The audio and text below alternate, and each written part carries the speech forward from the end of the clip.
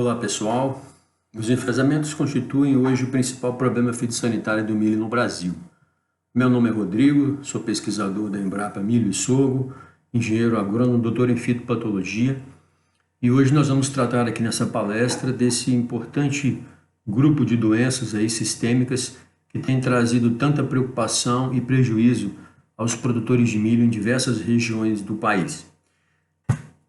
A nossa palestra ela está dividida em 4 tópicos. Vou fazer uma introdução apresentando algumas questões de importância e distribuição da doença. Depois vamos abordar o aspecto da sintomatologia, onde a gente vai falar um pouco dos sintomas do enfesamento vermelho e do enfesamento pálido, falar um pouco da transmissão, como que essa doença é transmitida, né, na lavoura, falar um pouco das estratégias de manejo e depois finalizar aí esperando que aqueles que estejam assistindo deixem aí questões para que a gente possa interagir posteriormente, ok? Pessoal, como eu disse, os enfesamentos hoje eles constituem o principal problema fitossanitário do milho. São doenças sistêmicas de grande potencial de perdas. Perdas totais na produtividade pode ser observada em condições favoráveis à doença e ao inseto vetor, né, que no caso é a cigarrinha. De fato, a gente tem observado que uma correlação muito alta entre incidência de enfesamento nas lavouras e perdas na produtividade. É o que essas figuras mostram aqui, a gente pode ver no gráfico, que à medida que a gente tem um aumento na incidência de enfesamento, a gente tem uma redução na produtividade. Essa relação, ela é expressa em uma correlação bastante elevada, né, 0,91, menos 0,91, que é uma correlação do tipo proporcional mais inversa, né? Ou seja, à medida que você aumenta a incidência de enfesamento na lavoura, há uma redução proporcional, mas inversa, né, na produtividade. Se aumenta um, diminui o outro. Então são doenças de grande importância aí para a cultura do milho. Aqui um outro exemplo que nós temos 2 híbridos de milho, um híbrido 1 suscetível aos enfesamentos e o híbrido 2 um pouco mais resistente.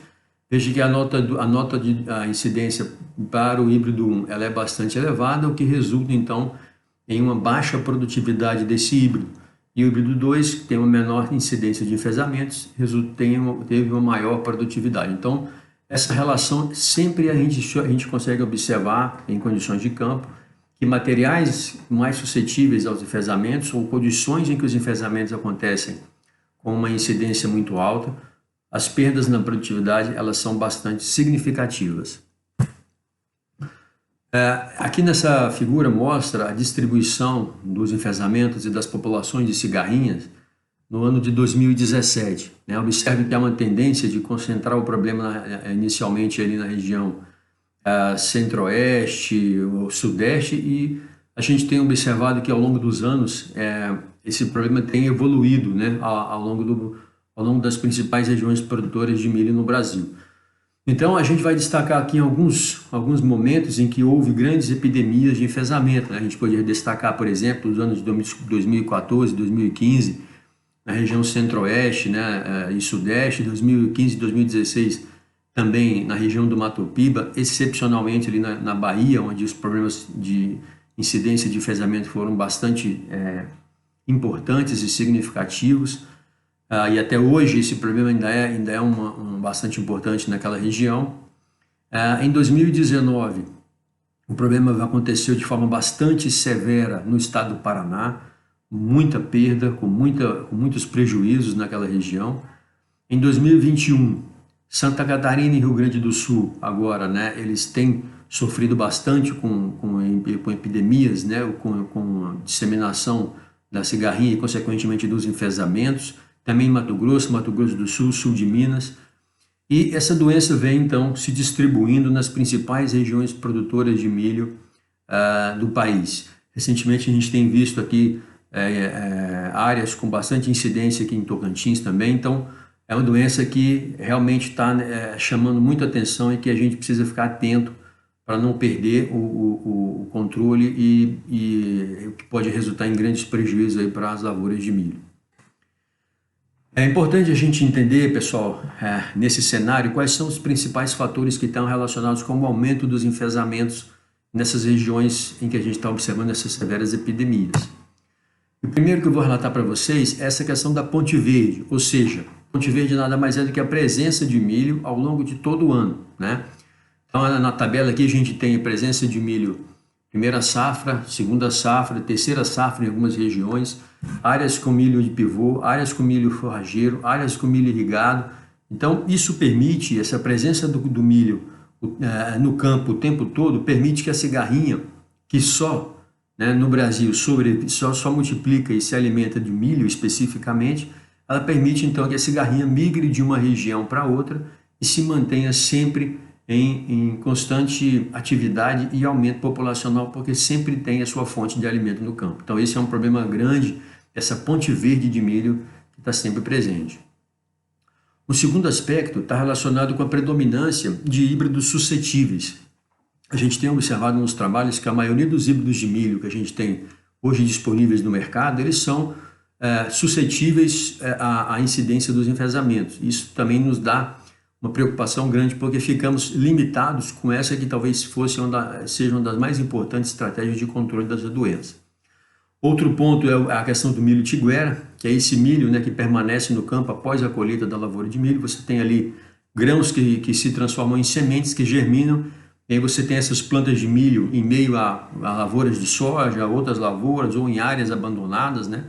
Então essas plantas de milho que sobram e ficam, que permanecem na área, elas servem como abrigo e como abrigo e multiplicação, né, e alimentação da cigarrinha. Então essa cigarrinha fica se alimenta, essas populações de cigarrinha se alimentam nessas plantas de milho e quando você instala uma nova lavoura de milho, essa população já está alta e com bastante cigarrinhas infectivas que vão causar, né, os enfesamentos. Assim também a questão do milho resistente a herbicida, que é a mesma coisa, o milho resistente a herbicida ele sobra, né, na lavoura, então esse milho fica por ali e a cigarrinha, esse milho ele se transforma então no milho tiguera e a cigarrinha fica ali multiplicando e se alimentando, né, nessas plantas. Além disso, né, os plantios tardios, né, é importante frisar que os plantios tardios de milho eles recebem toda a carga migratória de cigarrinha, né, dos plantios anteriores, então esses plantios tardios também favorecem, né, a permanência e a multiplicação da cigarrinha por mais tempo. E a questão das condições climáticas, porque a gente está num ambiente tropical, com temperatura e umidade bastante favorável, não só para o patógeno, mas também para o seu inseto vetor, que é a cigarrinha. Então, esse conjunto de fatores tem permitido, então, que as populações de cigarrinhas elas se mantenham em elevação e, consequentemente, né, disseminando essa doença que é tão grave para a cultura do milho. Então temos que ter atenção a todos esses fatores aí. E para a gente abordar um pouco mais detalhe, né, com um pouco mais de detalhe essa doença, nós vamos falar um pouco então sobre os agentes causais dos enfesamentos, né? Quais são os organismos que são disseminados pela cigarrinha e que causam, né, os enfesamentos do milho. São os organismos pertencentes à classe dos molicúdeos, pessoal. Molicúdeos são organismos muito semelhantes às bactérias, né? São bactérias propriamente ditas, porém desprovidas de parede celular, né? O termo molicúdeos, né, do latim significa, o molis significa flexível, o cutis significa pele, ou seja, eles têm o seu corpo coberto por membrana, né? É uma estrutura mole, membrana celular. Não possuem parede celular que o distingue das outras bactérias comuns, né? Nós temos dois tipos de molicúdeos que infectam a cultura do milho. O fitoplasma, que causa o enfesamento vermelho, e o espiroplasma com QL, que causa o enfesamento pálido. Então nós temos duas espécies de molicúdeos que causam dois tipos de enfesamento no milho, tá? E essas doenças, os enfesamentos, são doenças sistêmicas, né, resultantes da infecção desses organismos nos floemas das plantas e, portanto, eles causam essas doenças sistêmicas. São transmitidas no milho pela cigarrinha, como eu disse, a cigarrinha transmite os dois tipos de molicúdeos e, portanto, nós temos os dois enfesamentos na cultura do milho. Aqui só para ilustrar, né, pessoal, nós temos aqui à esquerda o espiroplasma com Kelly e aqui à direita o fitoplasma. Esse aqui é o agente causal do enfesamento pálido e esse aqui, da direita, o agente causal do enfesamento vermelho. São dois organismos que têm muitas características em comum, mas as poucas diferenças entre eles são que o espiroplasma ele forma, né, ele tem um organismo que tem uma estrutura em formato espiral, por isso o nome espiroplasma, né? Enquanto o fitoplasma tem essas estruturas, células mais arredondadas, né? Então essa é uma característica no formato deles. E uma segunda diferença é que o espiroplasma ele é cultivável em meio de cultura, é possível cultivar esse organismo, enquanto o fitoplasma ainda não se descobriu uma maneira de cultivá-los. Portanto, essas são as principais diferenças, né, entre esses organismos que têm muitas outras características em comuns e, portanto, os tornam tão parecidos, né, e têm inclusive o mesmo vetor no ambiente natural. Para a gente, então, entender um pouco mais o que a gente está falando que é enfesamento, vamos mostrar agora um aspecto sintomatológico, né, dessas doenças, pessoal. Nós temos, como eu disse, os dois tipos de enfesamento que acontecem no milho, o enfesamento pálido e o enfesamento vermelho. E aqui, para ficar mais claro a visualização, nós vamos colocá-los de forma separada, né? Vamos começar aqui pelo enfesamento pálido. Os sintomas causados pelo espiroplasma, né? Eles surgem cerca de 3 a 4 semanas após a infecção. Tá? Os sintomas são a presença de estrias cloróticas, né, que se iniciam da base das folhas. A gente pode ver aqui nessas imagens, nessas estrias cloróticas que se iniciam aqui da base das folhas, né? Fica esse esbranquiçado meio amarelado, e ele estende em direção à base da folha. Ele provoca uma redução no tamanho das plantas pelo encurtamento dos entrenós, há uma proliferação de brotos axilares, né? E proliferação de espigas ou espiguetas.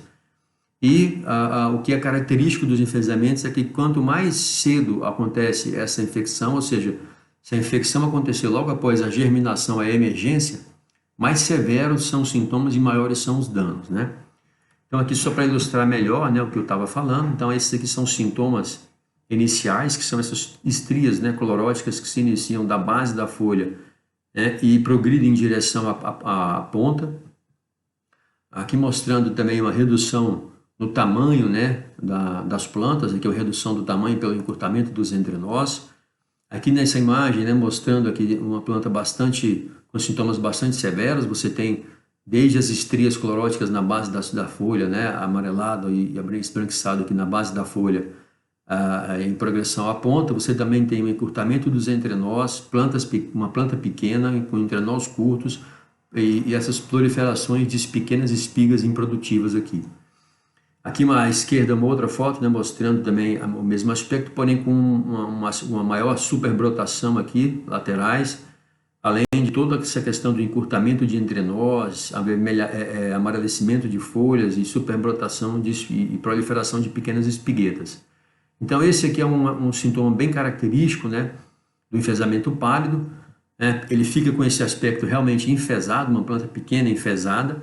E essa expressão desses sintomas ela pode ter alguma variação dependendo das condições de ambiente e dos híbridos, né, em que a doença está acontecendo. Então, pode ser que haja, né, uma certa variação na expressão desses sintomas. É importante também destacar que, para não confundirmos, né, os enfesamentos com outros fatores que causam algumas estrias amareladas, como, por exemplo, deficiência de magnésio.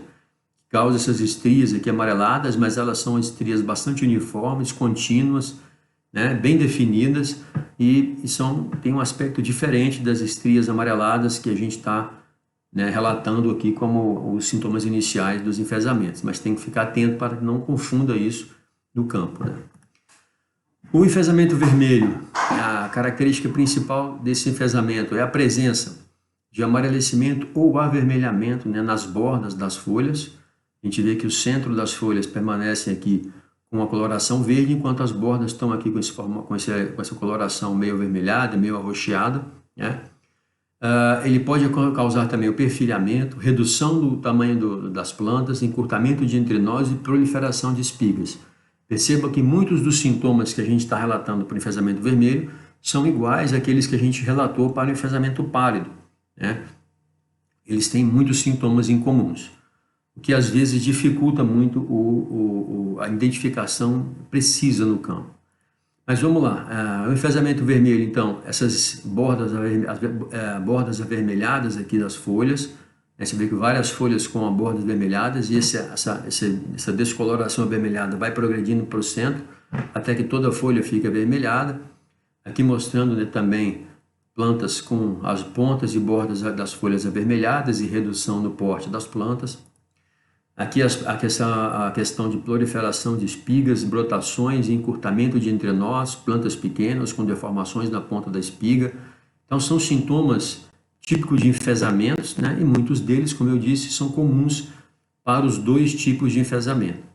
Aqui mostrando uma situação mais severa, ou seja, uma infecção mais precoce, mais cedo, resultou nesses sintomas mais severos.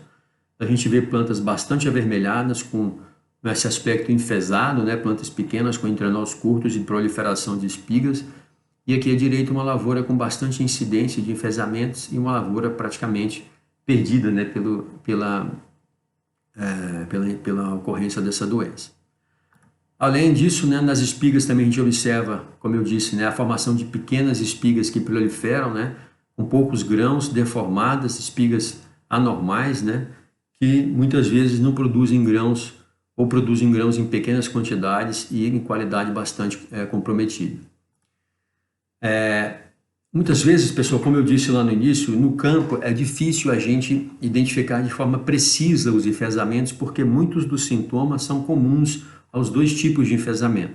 Então, nessa planta, por exemplo, se a gente chegasse no campo e olhasse para essa planta, o que a gente ia ver? Primeiro, a gente ia observar que tem aqui na base dessas folhas superiores essas estrias cloróticas que são bastante características, né, do enfesamento pálido, mas nós temos também essas folhas avermelhadas aqui, presença de avermelhamento, descoloração avermelhada nas folhas, que podem nos levar a entender que se trata do enfesamento vermelho. Então, no campo, é muito difícil identificar, porque os sintomas são muito parecidos e também porque a cigarrinha pode transmitir os dois organismos separadamente, mas também pode transmitir os dois ao mesmo tempo. Então, você pode, na mesma planta, você pode ter tanto o fitoplasma quanto o espiroplasma, e isso pode gerar uma confusão na expressão dos sintomas, o que torna difícil a gente identificar na condição de campo qual é especificamente o enfesamento que está acontecendo.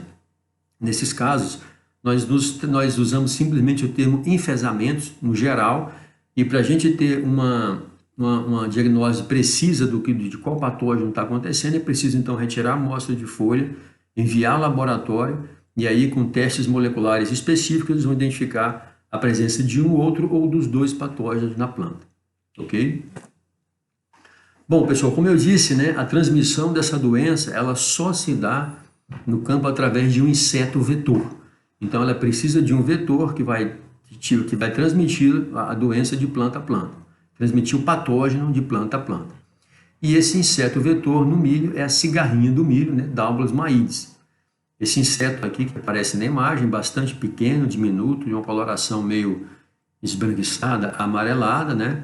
Que tem como a sua principal região, o seu principal habitat, né? A região do cartucho do milho. Tá? Então ela se abriga ali no cartucho do milho, ali ela se alimenta e faz a transmissão desses patógenos. Aqui mostrando para vocês uma situação bastante severa, né? Onde a gente tem uma grande quantidade aqui de cigarrinhas, né, por cartucho. Então, uma situação dessa aqui é extremamente grave. Nós temos aqui, só nesse cartucho aqui, mais de 10 cigarrinhas, fora essas cigarrinhas que estão aqui fora, né, nessa foto da esquerda.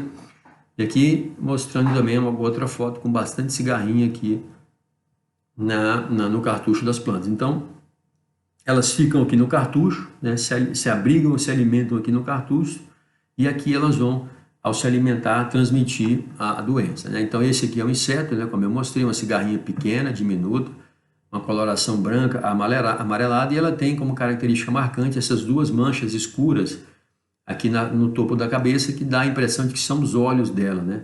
Na verdade ela está com a cabeça baixa e está com o aparelho bucal enfiado na folha, e essas manchas aparecem aqui no topo da cabeça. São importantes para a gente, do ponto de vista de identificação, né, dessa cigarrinha. Essa cigarrinha, ela transmite os molicutes de uma maneira persistente, de uma forma persistente propagativa. É o tipo de transmissão que ela faz. Persistente porque a partir do momento que a cigarrinha adquire o molicute, esses molicúdios eles vão multiplicar no corpo da cigarrinha e a cigarrinha vai transmiti-los pelo resto do seu ciclo de vida. Por isso ele é persistente e propagativo. Ele se propaga no corpo da cigarrinha e ele persiste por todo o seu ciclo de vida, ela será transmissora dos molicúdios. Aqui o ciclo, né, de ovo a adulto, a cigarrinha leva numa temperatura de 26 a 32 graus, mais ou menos 24 dias para chegar a adulto, né? E uma fêmea deposita aí em torno de 14 ovos por dia, podendo colocar mais de 600 ovos durante os seus 45 dias de vida como adulto. Então é um inseto que tem uma grande capacidade de multiplicação, por isso explica, né, a rápida evolução, o aumento populacional desse inseto na lavoura.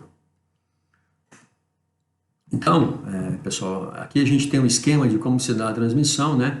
Esse aqui na foto, onde está o mouse aqui, é o esquema, né, da cigarrinha. Como eu disse, é um inseto do tipo sugador, ele tem um aparelho bucal do tipo sugador, ele injeta seu aparelho bucal na região do floema das plantas, dali ele absorve a seiva. Nesse processo de alimentação, né, a cigarrinha estando infectiva, ela vai então injetar aqui os molicúdios no floema das plantas, tá? Esses molicúdios, os patógenos, fitoplasmas ou espiroplasmas, ou ambos, eles vão se multiplicar nas células do floema, é o que mostra aqui nessa foto aqui de baixo, né? Veja a quantidade de células desses micoplasmas, desses molicúdios aqui nas células do floema, e aqui eles vão então causar toda a doença, tá? Então a cigarrinha se alimenta numa planta infectiva, adquire também, ao se alimentar, ela adquire também os molicúdios e ao se disseminar para uma outra lavoura ou para outra área, né, em que haja milho mais novo, né, ela vai então fazer a transmissão da doença dessas lavouras para outras lavouras mais novas ou outras lavouras vizinhas, né? Então é esse mais ou menos o processo que se dá, assim a cigarrinha vai se multiplicando e vai disseminando a doença no campo. Um outro aspecto interessante da cigarrinha, pessoal, é que a gente sempre fala que a cigarrinha só se alimenta e só se reproduz no milho. Ela é específica para o milho. Mas os trabalhos têm mostrado que ela pode se abrigar em outras espécies de plantas. Elas não se alimentam e não se multiplicam, mas elas podem se abrigar, ou seja, elas ficam ali quietinhas dessas plantas, aguardando, né, a presença da sua planta-alvo. Então ela pode se abrigar em outras espécies de plantas, como sorgo, triticale, alfafa e tudo mais. Então ela fica ali, mas não há alimentação e reprodução nessas plantas, tá? Pelo menos isso ainda não está comprovado ou não está cientificamente mostrado.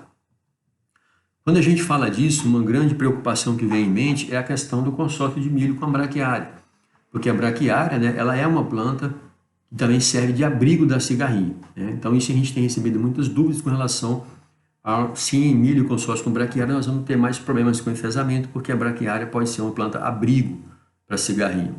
Na verdade, pessoal, a gente tem dito que não, porque na questão do consórcio do milho com a braquiária, a presença da planta-alvo, da planta principal para a cigarrinha, que é o milho, onde ela tem abrigo, alimento e condições para se reproduzir, ela não vai abrir mão da sua planta principal para ficar em uma planta em que ela não consegue completar o seu ciclo, né? Aqui ela só consegue abrigo, não consegue alimentação, não consegue a reprodução.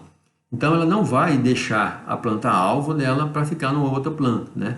Numa situação em que ela tem o milho, sempre ela vai dar preferência no milho. A grosso modo, dissemos que a cigarrinha não vai nem dar bola para a braquiária que está presente aí no meio, tá? Então não é de se esperar aumento, né, na incidência de enfesamentos pela presença da braquiária, né, nas entrelinhas ali nas plantas de milho.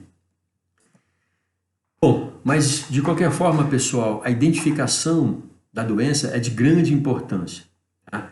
A gente tem visto aí em alguns casos, né, situações em que alguns colegas têm feito um diagnóstico incorreto, muitas vezes apressado, simplesmente por ver uma planta secando no campo, ele já leva a entender de que se trata de enfesamento. Nem sempre, nem tudo aquilo que está no campo secando significa que a gente tem enfesamento, tá? Então, é preciso a gente observar, né? É o caso dessa planta aqui que está na imagem. Veja que a planta já está completamente seca, A gente observa também que a espiga já está virada para baixo. Quando isso acontece, significa que a planta ela sofreu um processo de murcha, o pedúnculo da espiga murchou, perdeu turgescência e rigidez e não foi mais capaz de manter a espiga levantada. Então, o pedúnculo já perdeu a sua capacidade de rigidez, então a espiga fica virada para baixo. Então, nesses casos, pessoal, sempre é importante a gente dar uma olhada na base da planta, né? Então, muitas vezes a gente observa que essas plantas que estão secando, quando a gente vai ver na base do colmo, elas estão com o colmo completamente podres. Então, você aperta ali, você vai ver, né? Se a gente olhar ali nesse entrenó, você vai ver que a planta, que o caule aqui está completamente oco, não tem mais tecido vascular aqui dentro. Então, você pega uma planta como essa, uma pequena força, você vê que ela tende a cair, e logo a planta está tombada. Nesse caso aqui não se trata, então, de enfesamento, né? Nesse caso, a doença em questão é a podridão da base do colmo. Então, é importante a gente estar sempre atento aos sintomas, né, típicos da doença para que a gente faça uma diagnose precisa. Mas essa questão da podridão de colmo, ela de fato vem intrigando nos últimos anos.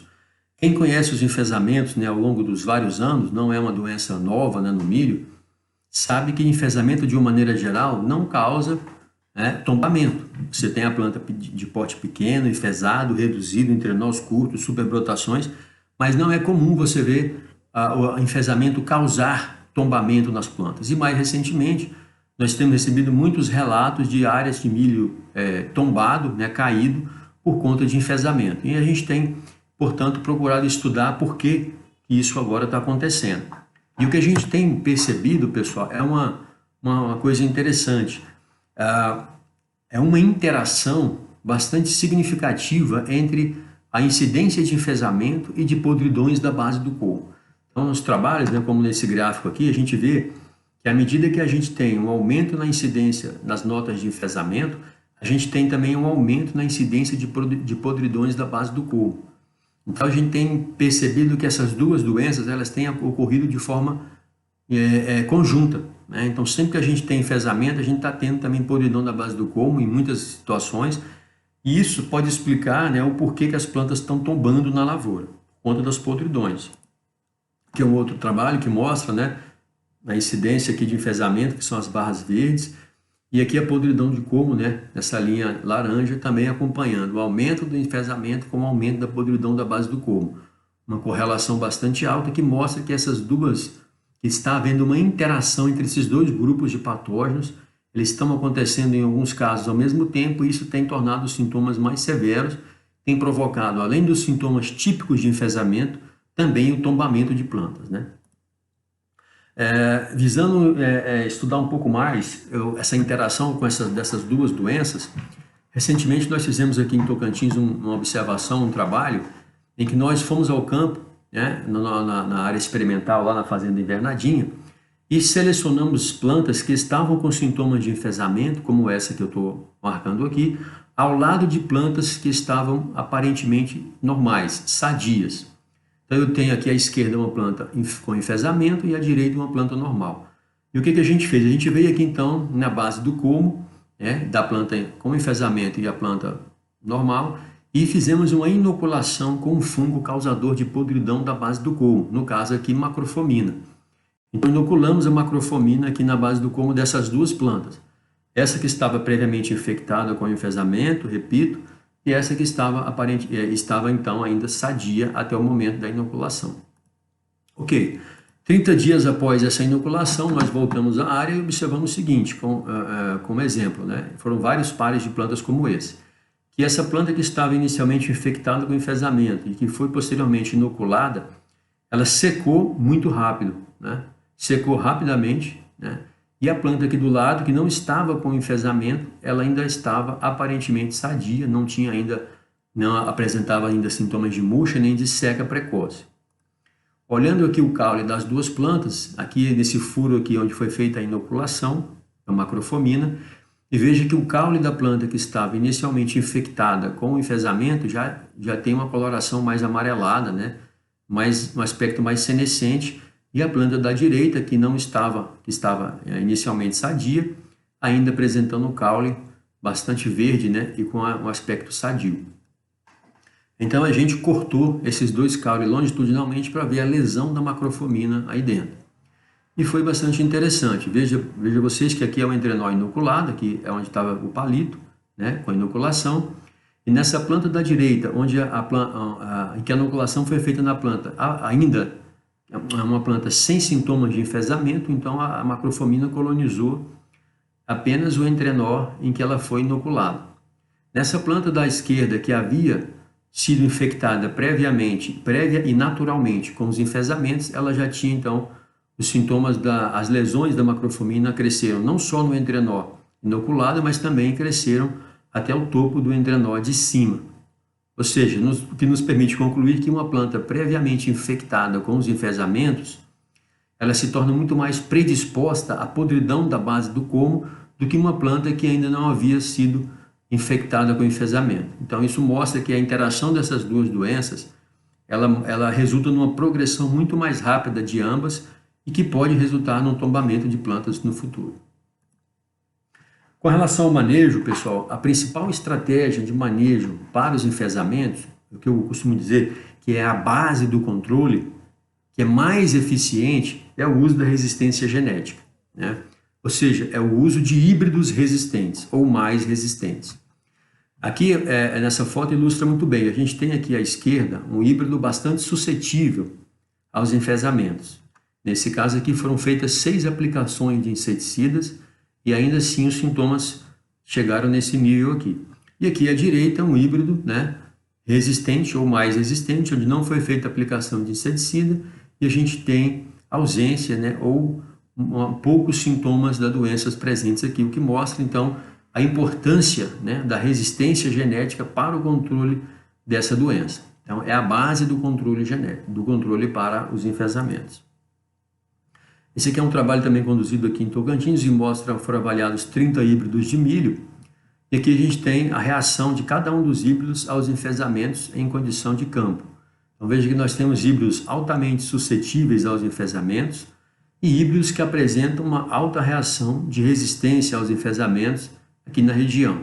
Então sempre isso mostra a existência de variabilidade entre os híbridos para resposta ao enfesamento.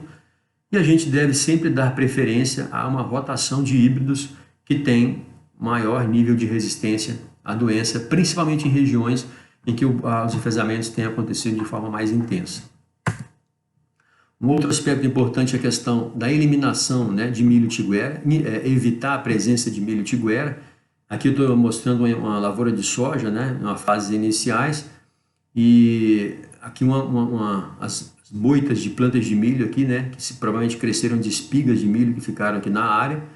Então essas plantas de milho aqui, nesse tamanho, já são suficientes, né, para abrigar populações de cigarrinha que permanecem ali, na ausência da lavoura, nessas plantas tigueras, se alimentando, multiplicando e reproduzindo, né?